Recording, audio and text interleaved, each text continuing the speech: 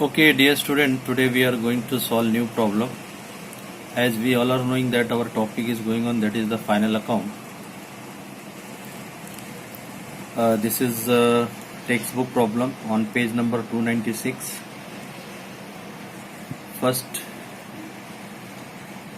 we will go through the trial balance. First, I will tell you the effect of all items of trial balance.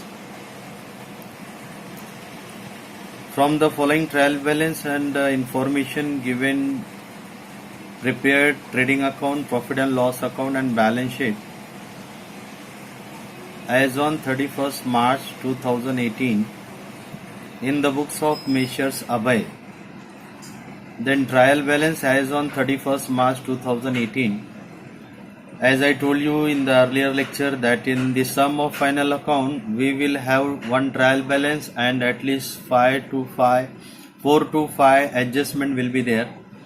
So the first item of capital trial balance, first item is the capital is the liability. So this will go to the balance sheet liability side, and in this capital we have to add interest on capital, and if there is profit we have to add the net profit. If there is loss we have to less the net loss. If there is a drawing we have to less drawing from capital. So we will look it later on. After completing the adjustment we will come to know what are the different adjustment is there pertaining to capital. Then furniture is the asset. So this will also come to the balance sheet. Insurance, this is indirect expenses. So this is the item of profit and loss account, and it will go to the profit and loss account debit side.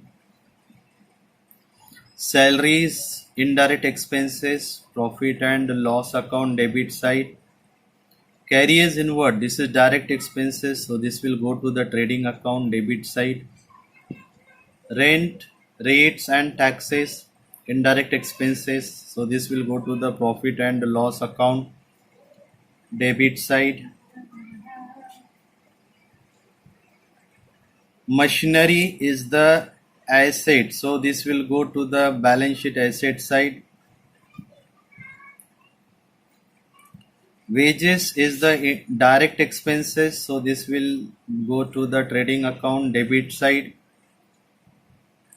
Drawing we have to less from the capital. This first item, from this capital we have to less drawing. So this will go to the balance sheet. Carriers outward, indirect expenses is, so it will go to the profit and loss account debit side. Purchase and sales, purchase will go to the trading account and sales will also go to the trading account. Purchase will go to the debit side and the sales it will go to the credit side. Stock on 1st April 2017, this is opening stock. So this is the item of trading account debit side. Return, debit side return, this debit return, this is the sales return. 5,000 is the sales return and this 6,300 is the purchase return. This sales return will get less from the sales and purchase return will get less from the purchase. Then rent received, this is indirect income. So this will go to the profit and loss account credit side. Discount received, this is also indirect income. This will go to the profit and loss credit side.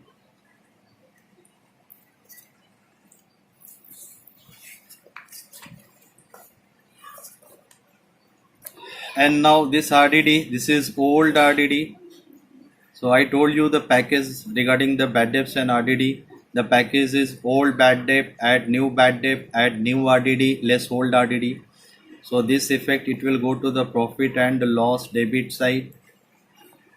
Bad debt, this is also old bad debt, same profit and loss account debit side. Just now I told you the total package of the relationship between the bad debts and RDD, what treatment is there. Again I am saying old bad debt, add new bad debt. New bad debt means if the bad debts is given in the adjustment, So old bad debt, add new bad debt, add new RDD means if the RDD is given in the adjustment, that RDD will be treated as new RDD, and then less old RDD, like that. Advertisement, this is indirect expenses. It will go to the profit and loss account debit side. Debtors will go to the balance sheet asset.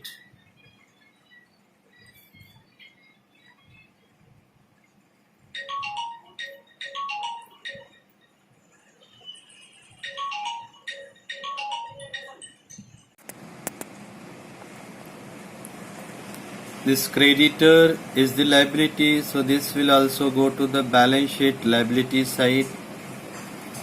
Bills receivable is the asset, so this will go to the balance sheet asset side. Cash at bank, this is also current asset, so this will also go to the balance sheet asset side. 6% bank loan taken on 1st October 2017, so this is hidden adjustment. We have to remember this thing. If there is any information in bracket, so this is also one adjustment which is given in trial balance itself. This adjustment is called as a hidden adjustment. So this will have two effect. ये याद रखना है, इसका दो effect होगा. like adjustment के जैसा भी इसका दो इफेक्ट होगा. इसमें हमको 6% बैंक लोन इंटरेस्ट निकालना है. बैंक लोन 50,000 है, 50,000. इस 50,000 पे 6% इंटरेस्ट निकालेंगे तो 3,000 आएगा. लेकिन हमने लोन लिया है अक्टूबर को और हमारा ईयर एंड हो रहा है मार्च को, तो अक्टूबर से लेके मार्च काउंट करेंगे तो ये 6 मंथ आता है. तो इस पे जो इंटरेस्ट निकलेगा वो 6 मंथ का होगा. और अभी हमने जो 3,000 इसके ऊपर 6% निकाला, वो 3,000 होल ईयर का है, लेकिन हमको 6 मंथ का चाहिए तो 1,500. सो 1,500 इसमें प्लस हो जाएगा. इसका दो इफेक्ट होगा. एक इफेक्ट प्रॉफिट एंड लॉस के डेबिट में जाएगा और दूसरा इफेक्ट जो है वो लायबिलिटी में, बैलेंस शीट के लायबिलिटी में बैंक लोन में ऐड हो जाएगा. तो ये दो इफेक्ट होंगे.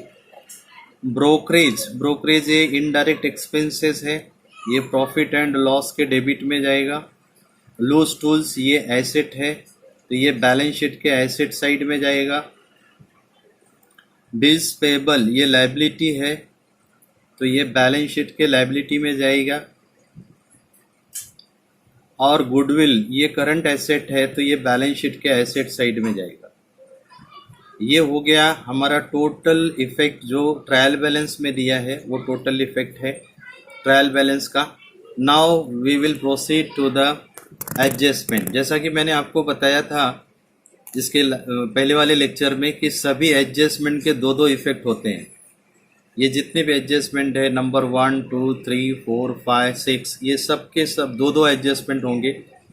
पहला जो है क्लोजिंग स्टॉक, कॉस्ट प्राइस दिया है और मार्केट प्राइस 37,000 और 40,000. इसमें से जो लेस है उसका इफेक्ट होगा, मतलब 37 का इफेक्ट होगा, 37,000 का इफेक्ट होगा, 40,000 का इफेक्ट नहीं होगा. तो इसका दो इफेक्ट होगा. पहला इफेक्ट जो होगा वो ट्रेडिंग के डेबिट में जाएगा और दूसरा जो इफेक्ट होगा वो बैलेंस शीट के एसेट में जाएगा. दूसरा, provide for RDD at 5% on sundry debtors. तो ये RDD हम लोग बैलेंस शीट के एसेट में सन्ड्री डेटर में से लेस करेंगे, तो पहला इफेक्ट जो है बैलेंस शीट के एसेट में जाएगा. और दूसरा इफेक्ट प्रॉफिट एंड लॉस के डेबिट में, जो मैंने आपको पैकेज बताया था, old bad debt, add new bad debt, add new RDD, less old RDD, वो पैकेज में हमको इसको रखना है. उसके बाद में तीसरा है आउटस्टैंडिंग एक्सपेंसेस. तो ये वेजेस जो है ये ट्रेडिंग का आइटम है, ट्रेडिंग के डेबिट में जाएगा. और ये जो सैलरी है ये प्रॉफिट एंड लॉस के डेबिट में जाएगा.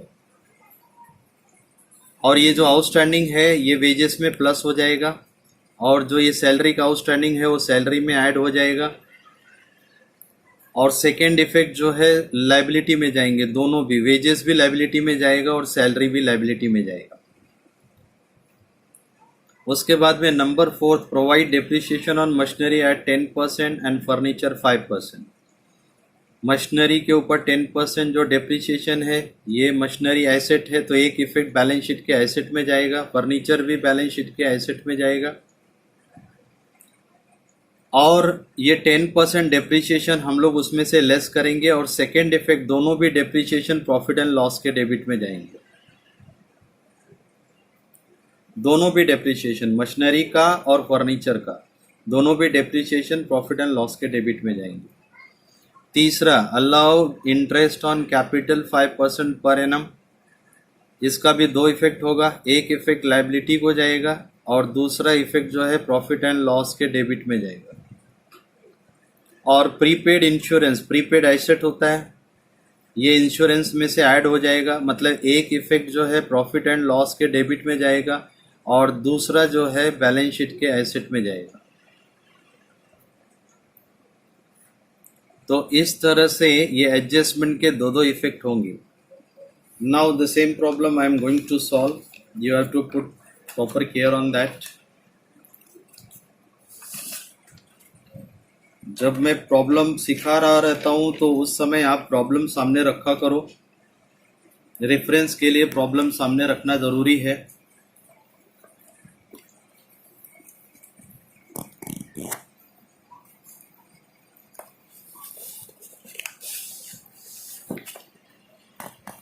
फर्स्ट एडजस्टमेंट है क्लोजिंग स्टॉक कॉस्ट प्राइस। अभी मैंने आपको बताया, पहले हम लोग एडजस्टमेंट से स्टार्ट करेंगे, एडजस्टमेंट कंप्लीट होने के बाद में तब जो आइटम ट्रायल बैलेंस में बच जाएगा फिर हम लोग उसका इफेक्ट मारेंगे। हम लोग स्टार्ट प्रॉब्लम एडजस्टमेंट से ही करेंगे। तो पहला एडजस्टमेंट है closing stock cost price 37,000 and market price ₹40,000। तो जैसा कि मैंने अभी आपको बताया, क्लोजिंग स्टॉक के दो इफेक्ट होते हैं। पहला इफेक्ट जो है वो ट्रेडिंग के क्रेडिट में जाता है। क्लोजिंग स्टॉक अक्सर हम लास्ट में लिखते हैं, ट्रेडिंग के एकदम नीचे लिखते हैं, ट्रेडिंग अकाउंट के। तो यहाँ पे लिखेंगे बाय क्लोजिंग स्टॉक। ये दो कॉलम है, इसको इनर कॉलम बोलते हैं, इसको आउटर कॉलम बोलते हैं। अगर एडजस्टमेंट है तो पहले हम इनर कॉलम में करते हैं, अगर एडजस्टमेंट कुछ नहीं है तो डायरेक्ट अमाउंट हम लोग बाहर लिखते हैं। तो यहाँ पे कोई इंटरनल एडजस्टमेंट नहीं है, डायरेक्ट 37,000 हम लोग आउटर में लिखेंगे। ये एक इफेक्ट हो गया। दूसरा जो इसका इफेक्ट है ये 37,000 का, दूसरा इफेक्ट जाएगा बैलेंस शीट के एसेट साइड में। ये बैलेंस शीट, ये आपका एसेट साइड, ये balance sheet as on 31 March 2018 liability side और ये asset side. Actually balance sheet में उल्टा होता है, ये डेबिट होता है, ये क्रेडिट होता है। तो एक्चुअली क्रेडिट में हम लोग एक्चुअली यहाँ पे उल्टा साइड ये होता है, लेकिन हम लोग दिखाते हैं ऐसे ही है, बैलेंस शीट में ऐसे ही दिखाया जाता है। पहले लायबिलिटी लिखना है, उसके बाद में एसेट लिखना है। तो क्लोजिंग स्टॉक का इफेक्ट हम लोग एसेट में सबसे लास्ट में नीचे लिखते हैं। जैसा कि मैंने लास्ट लेक्चर में आपको बताया था, क्लोजिंग स्टॉक में बैलेंस शीट में टू और बाय नहीं लगाना है, डायरेक्ट लिखना है क्लोजिंग स्टॉक। अमाउंट कॉलम में 37,000। ये फर्स्ट एडजस्टमेंट हो गया। उसके बाद में दूसरा है provide for RDD at 5% on sundry debtors. तो ये आरडीडी हम लोग डेटर्स के ऊपर कैलकुलेट करेंगे। डेटर्स हमको दिया है, प्रॉब्लम में डेटर्स दिया है। ट्रायल बैलेंस में डेटर्स हम लोग देखेंगे। डेटर्स हमको 90,000 दिया है। तो यहाँ बैलेंस शीट के बीच में लिखेंगे, क्योंकि ये करंट एसेट है। जैसा कि मैंने बताया है, ऊपर का ये जो जगह है, एक 6-7 लाइन हम लोग फिक्स एसेट के लिए छोड़ते हैं। तो बीच में हम लोग करंट एसेट लिखेंगे। यहाँ पे डेटर्स, इनर कॉलम में 90,000 लेस आरडीडी, कितना परसेंट है? 5%। 5% 4,500 आएगा, 4,500।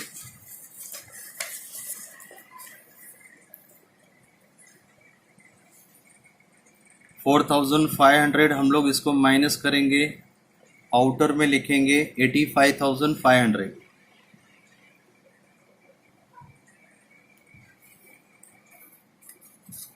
और अब ये जो डेटर्स है, इसके लिए मैंने आपको बताया था कि ये जो आरडीडी है, इसके लिए मैंने आपको एक जो पैकेज बताया था, वो पैकेज में इसको रखेंगे, जो कि प्रॉफिट एंड लॉस के डेबिट में लिखना है ये आरडीडी को।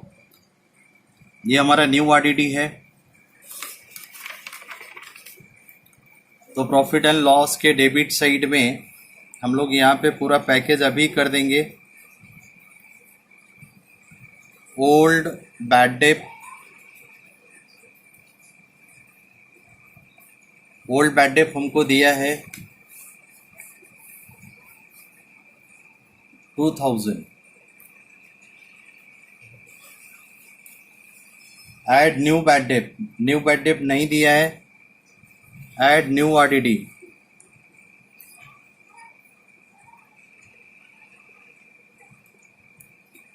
न्यू आरडीडी हमने अभी निकाला।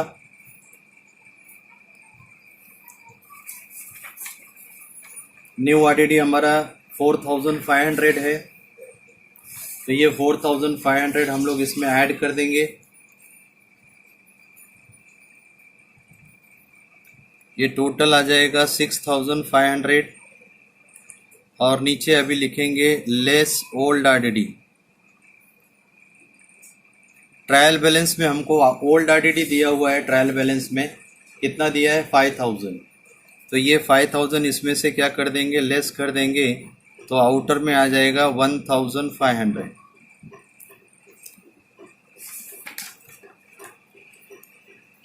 ये हो गया हमारा सेकेंड एडजस्टमेंट।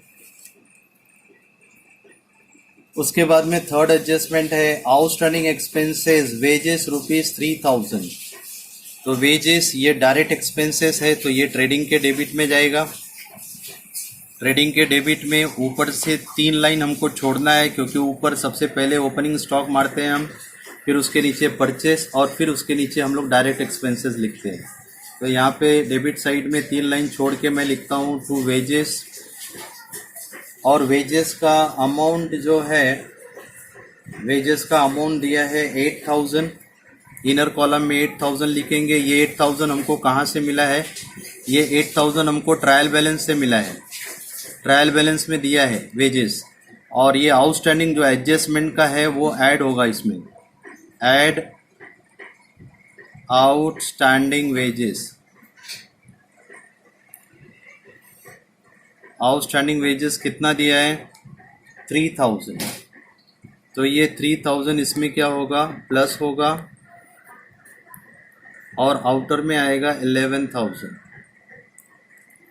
और ये 3000 जो आउटस्टैंडिंग है, इसका सेकेंड इफेक्ट लायबिलिटी में जाएगा। याद रखो, ये बात आपको याद रखना है, भूलना नहीं है। ये आउटस्टैंडिंग हमेशा लायबिलिटी होता है, और हमेशा वो रिलेटेड एक्सपेंसेस में ऐड होगा। जैसे आउटस्टैंडिंग वेजेस दिया है, तो वेजेस में ऐड किया, तो वेजेस में ऐड होने के बाद में अभी आउटस्टैंडिंग जो 3000 है, ये 3000 का सेकेंड इफेक्ट बैलेंस शीट के लायबिलिटी में जाएगा।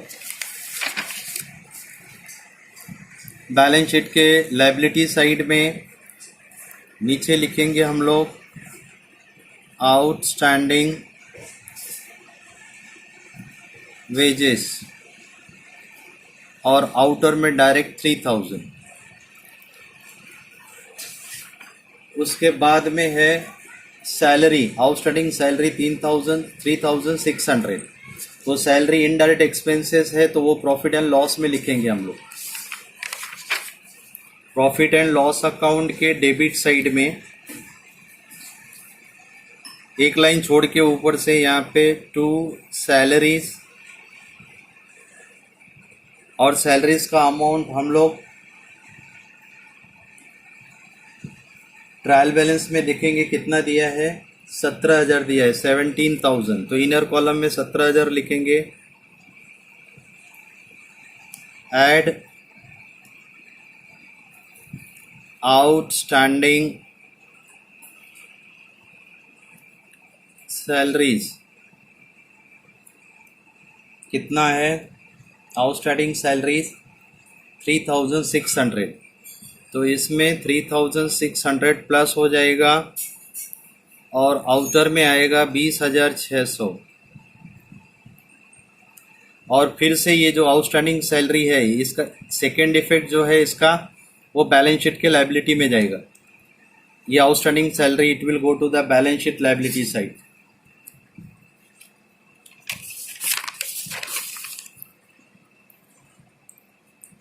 जहाँ पे हम लोग आउटस्टैंडिंग वेजेस लिखे उसी के नीचे ऊपर लिखेंगे हम लोग आउटस्टैंडिंग सैलरी।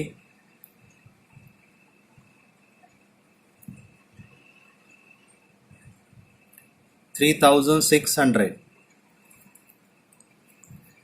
उसके बाद में अब नंबर 4 जो एडजस्टमेंट है वो डेप्रिसिएशन का है। Provide depreciation on machinery 10%। तो मशीनरी का अमाउंट बुक वैल्यू हम लोग ट्रायल बैलेंस में देखेंगे मशीनरी का बुक वैल्यू कितना दिया है।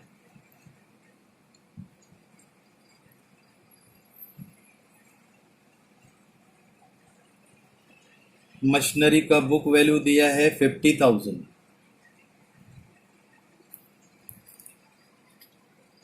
तो यहाँ पे बैलेंस शीट के एसेट में ये फिक्स एसेट है तो ऊपर लिखेंगे मशीनरी।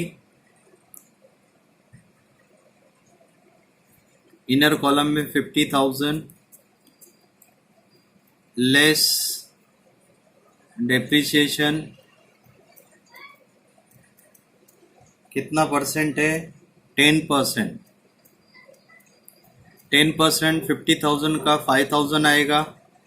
ये 5,000 50,000 में से माइनस करेंगे आउटर में आएगा 45,000। और ये जो 5,000 डेप्रिसिएशन हमने कैलकुलेट किया ये लॉस है, कंपनी का लॉस है, जिसका सेकेंड इफेक्ट जो है वो प्रॉफिट एंड लॉस के डेबिट में जाएगा। प्रॉफिट एंड लॉस अकाउंट के डेबिट साइड में यहाँ लिखेंगे टू डेप्रिसिएशन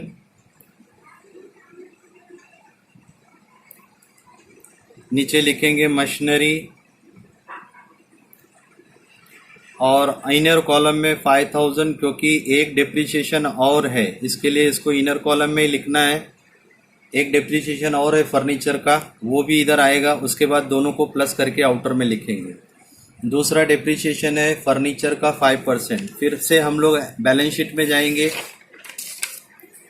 बैलेंस शीट में एसेट साइड में जाएंगे, एसेट में लिखेंगे फर्नीचर और फर्नीचर का बुक वैल्यू अभी ट्रायल बैलेंस में देखेंगे 40,000 दिया है तो इनर कॉलम में 40,000 लिखेंगे लेस डेप्रिसिएशन। याद रखना है डेप्रिसिएशन हमेशा लेस करना है। Depreciation always deducted from the book value of the asset. Depreciation कितना परसेंट है 5% है तो 40,000 का 5% कितना आएगा 2,000 आएगा। तो यहाँ पे ये डेप्रिसिएशन 2,000 इसमें से माइनस करना है और आउटर में लिखना है 38,000। 38,000 फिर से ये 2,000 जो आया हमारा डेप्रिसिएशन इसका जो सेकेंड इफेक्ट है 2,000 का सेकेंड इफेक्ट ये फिर से हम लोग कहाँ पे डालेंगे प्रॉफिट एंड लॉस के डेबिट में। प्रॉफिट एंड लॉस के डेबिट में जहाँ पे हमने डेप्रिसिएशन लिखा है ये देखो ये डेप्रिसिएशन लिखा है उसके नीचे मशीनरी लिखा है, यहाँ पे नीचे लिखेंगे फर्नीचर और इनर कॉलम में 2,000 और दोनों डेप्रिसिएशन प्लस करके टोटल डेप्रिसिएशन कितना हो गया 7,000 वो आउटर में लिख देंगे। अगर हमने दोनों डायरेक्ट आउटर में लिखा तो भी चलेगा, कोई दिक्कत नहीं है, उसके लिए भी आप टेंशन मत ले लो। अगर आपने डायरेक्ट आउटर में 5,000 और 2,000 लिखा तो भी चलेगा और अगर इनर में लिख के टोटल लिखा तो भी चलेगा।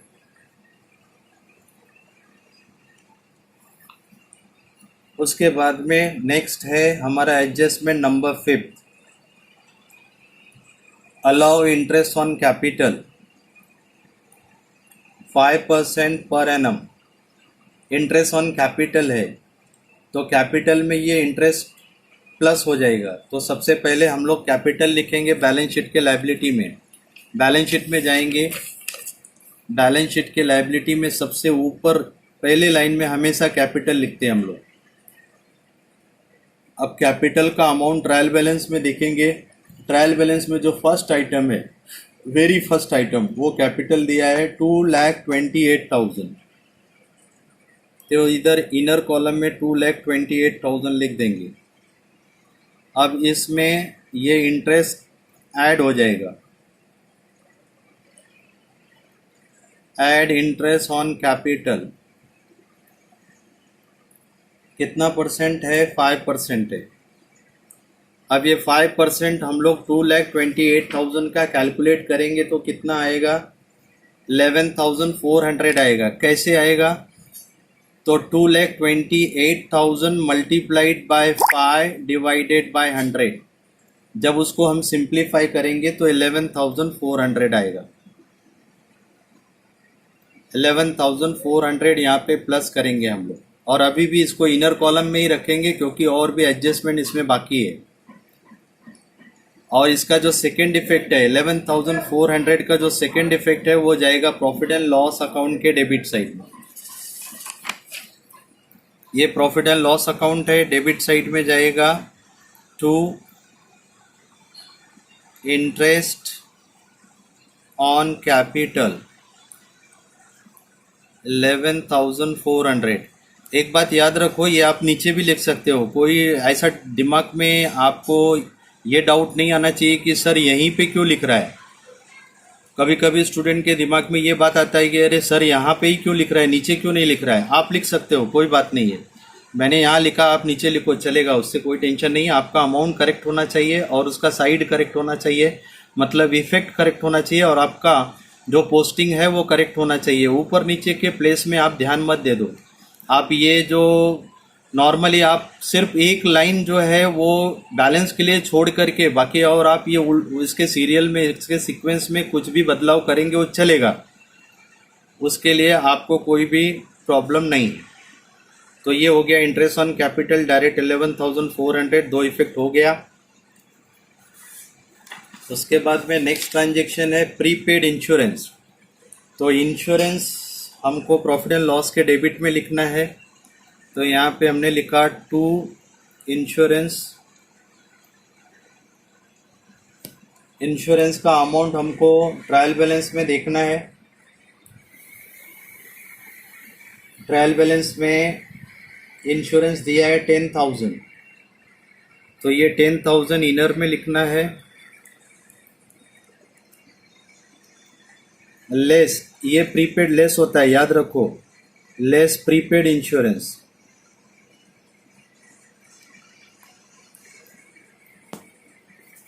प्रीपेड लेस होता है इसलिए हमने लेस किया है, क्योंकि एडवांस में पेड किया गया है, इसके लिए हमको माइनस करना पड़ता है। प्रीपेड का मतलब है पेड इन एडवांस। तो ये प्रीपेड इंश्योरेंस जो हमारा 2,000 है, ये 10,000 में से लेस होगा तो आउटर में आएगा 8,000। और ये सेकेंड इफेक्ट 2,000 का सेकेंड इफेक्ट जो है, प्रीपेड हमारा एसेट होता है, तो ये 2,000 बैलेंस शीट के एसेट में जाएगा। बैलेंस शीट के एसेट साइड में नीचे लिखेंगे प्रीपेड इंश्योरेंस।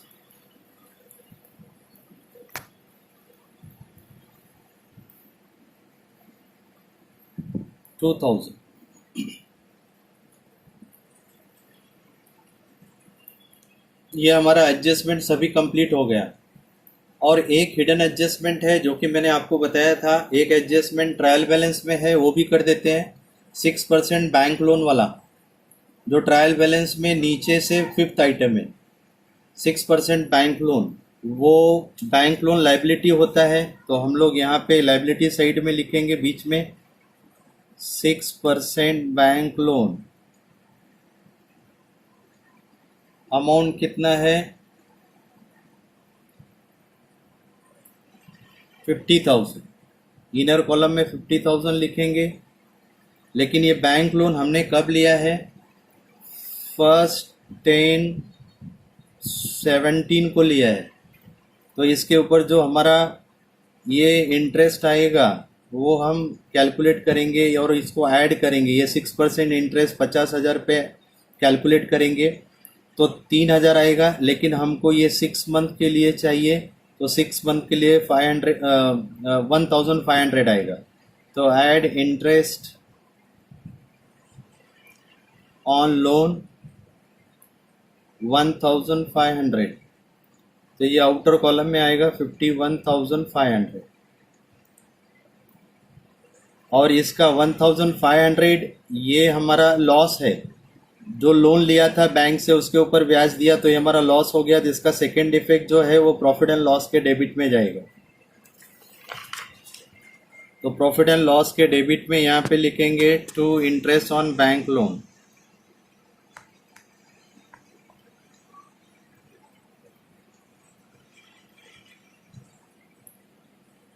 $1,500।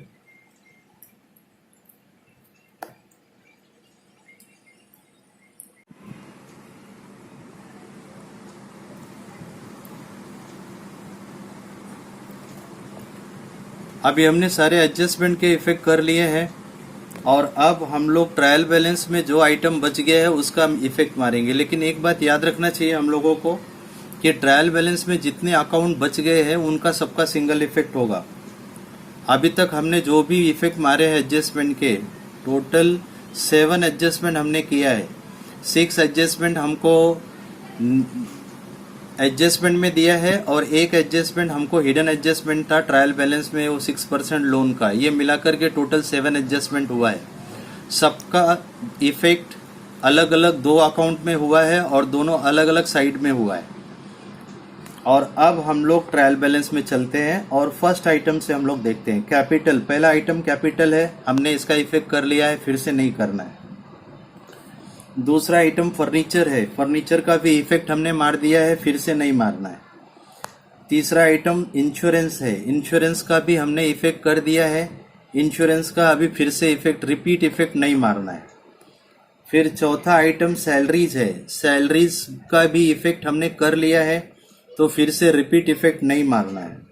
उसके बाद में है कैरियर्स इनवर्ड, कैरियर्स इनवर्ड का इफेक्ट आएगा ट्रेडिंग के डेबिट में, तो यहाँ पे लिखेंगे टू कैरियर्स इनवर्ड।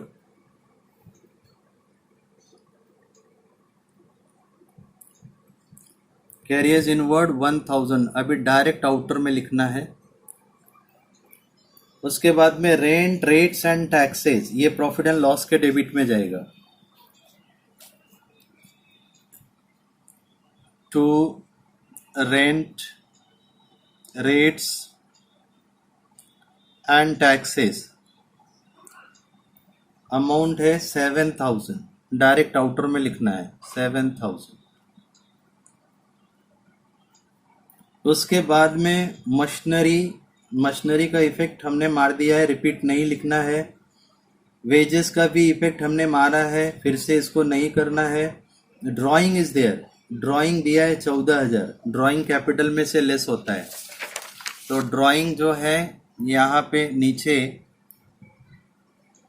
हम लोग लिखेंगे लेस ड्राइंग, ये कैपिटल में से माइनस करना है, और ड्राइंग कितना है 14,000 है, तो ये इनर कॉलम में लिखना है 14,000।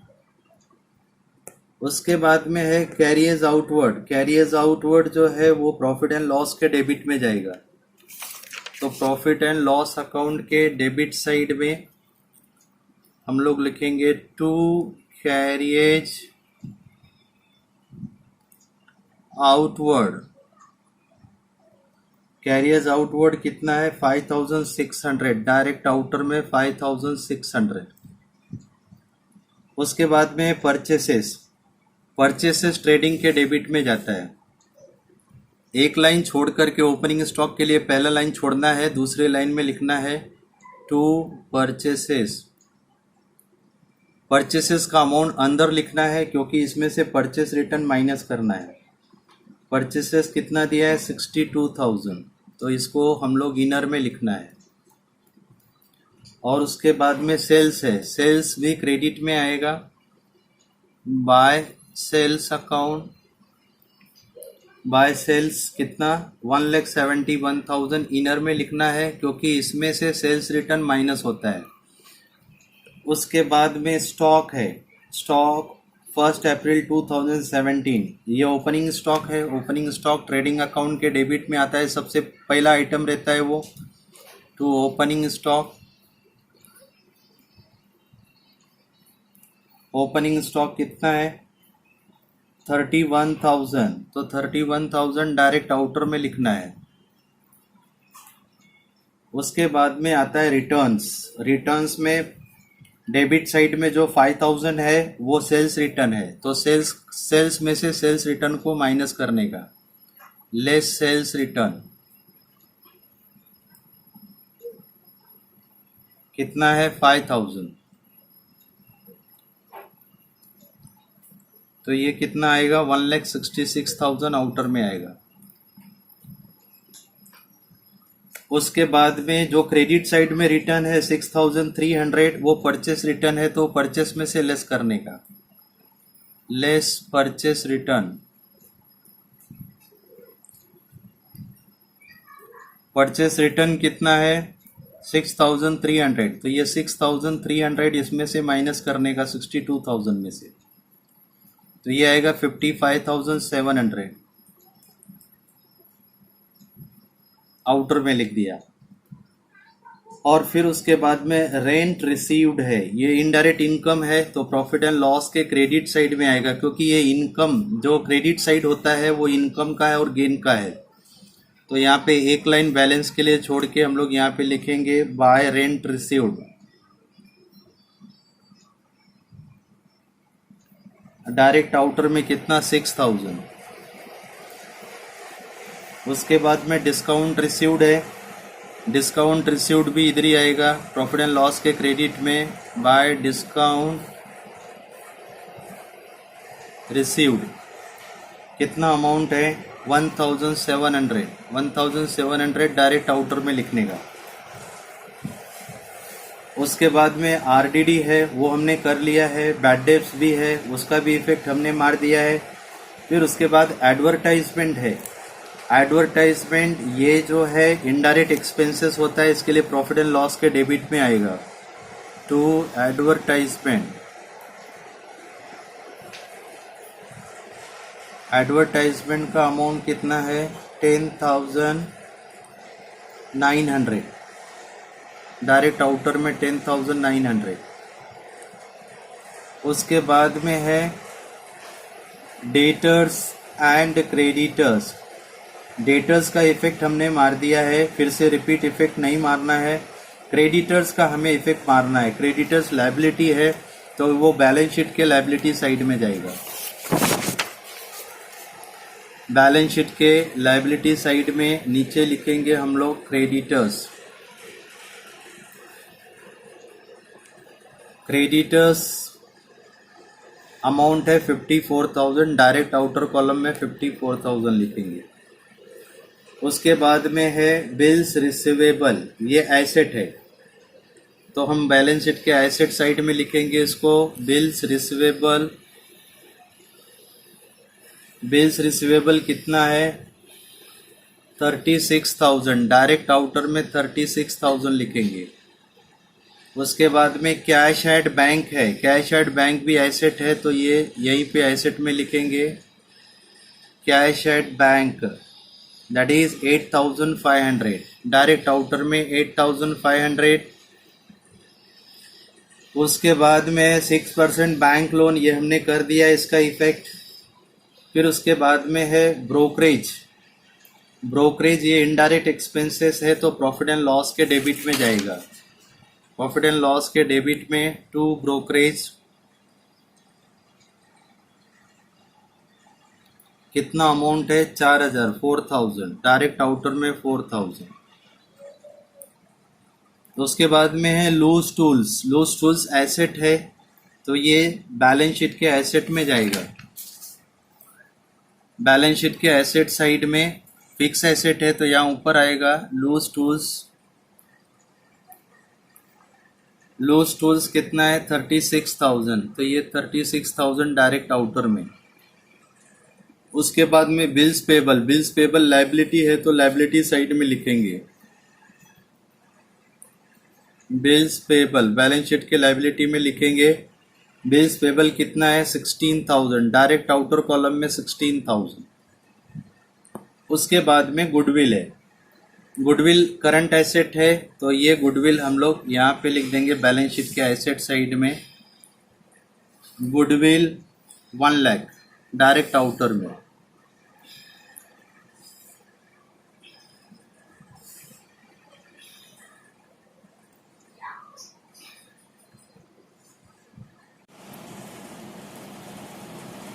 अब ट्रेडिंग अकाउंट हम लोग पहले टैली करेंगे। हाईएस्ट टोटल जो है क्रेडिट साइड का टोटल हाईएस्ट टोटल है, वो हाईएस्ट टोटल हम लोग यहाँ पे लिखेंगे। हाईएस्ट टोटल है 2,03,000। दोनों साइड में सेम टोटल लिखेंगे। फिर ये डेबिट साइड का 31,000, 55,000, 700, 11,000, 1,000 ये चारों को ऐड करेंगे। उसका जो टोटल आएगा वो 2,03,000 में से माइनस करेंगे, तो बैलेंसिंग फिगर आएगा 1,04,300। ये डेबिट में बैलेंसिंग फिगर आया, इसलिए इसको हम लोग बोलते हैं टू ग्रॉस प्रॉफिट, और ब्रैकेट में लिख देंगे बैलेंसिंग फिगर। ये ग्रॉस प्रॉफिट हम लोग डेबिट बैलेंस है तो वो प्रॉफिट एंड लॉस के क्रेडिट में ट्रांसफर होगा बाय ग्रॉस प्रॉफिट 1,04,300। अब उसके बाद में हम लोग इसको टैली करेंगे, तो इसका हाईएस्ट टोटल क्रेडिट साइड में आएगा, वो है 1,12,000। 1,12,000 डेबिट में भी सेम टोटल लिखेंगे। उसके बाद में डेबिट साइड का बैलेंसिंग फिगर निकाल लेंगे। बैलेंसिंग फिगर आ रहा है 34,500। डेबिट में बैलेंस आ रहा है तो ये नेट प्रॉफिट हुआ। डेबिट में यहाँ पे लिखेंगे टू नेट प्रॉफिट, और नीचे लिखेंगे बैलेंसिंग फिगर। और अब ये नेट प्रॉफिट कैपिटल में ऐड करेंगे 34,500 बैलेंस शीट में। यहाँ पे ऐड नेट प्रॉफिट कितना, ये 11,400 ऐड किया तो ये यहाँ पे आया 2,39,400। और इसमें नेट प्रॉफिट ऐड करेंगे कि इतना 34,500 प्लस 34,500, ये 34,500 इसमें ऐड करेंगे तो टोटल आएगा 2,73,900। और इसमें ड्राइंग लेस करेंगे तो आउटर में आएगा 2,59,900। और अब ये दोनों साइड का टोटल हम लोग करेंगे तो टोटल टैली टोटल आ रहा है हमारा 3,88,000।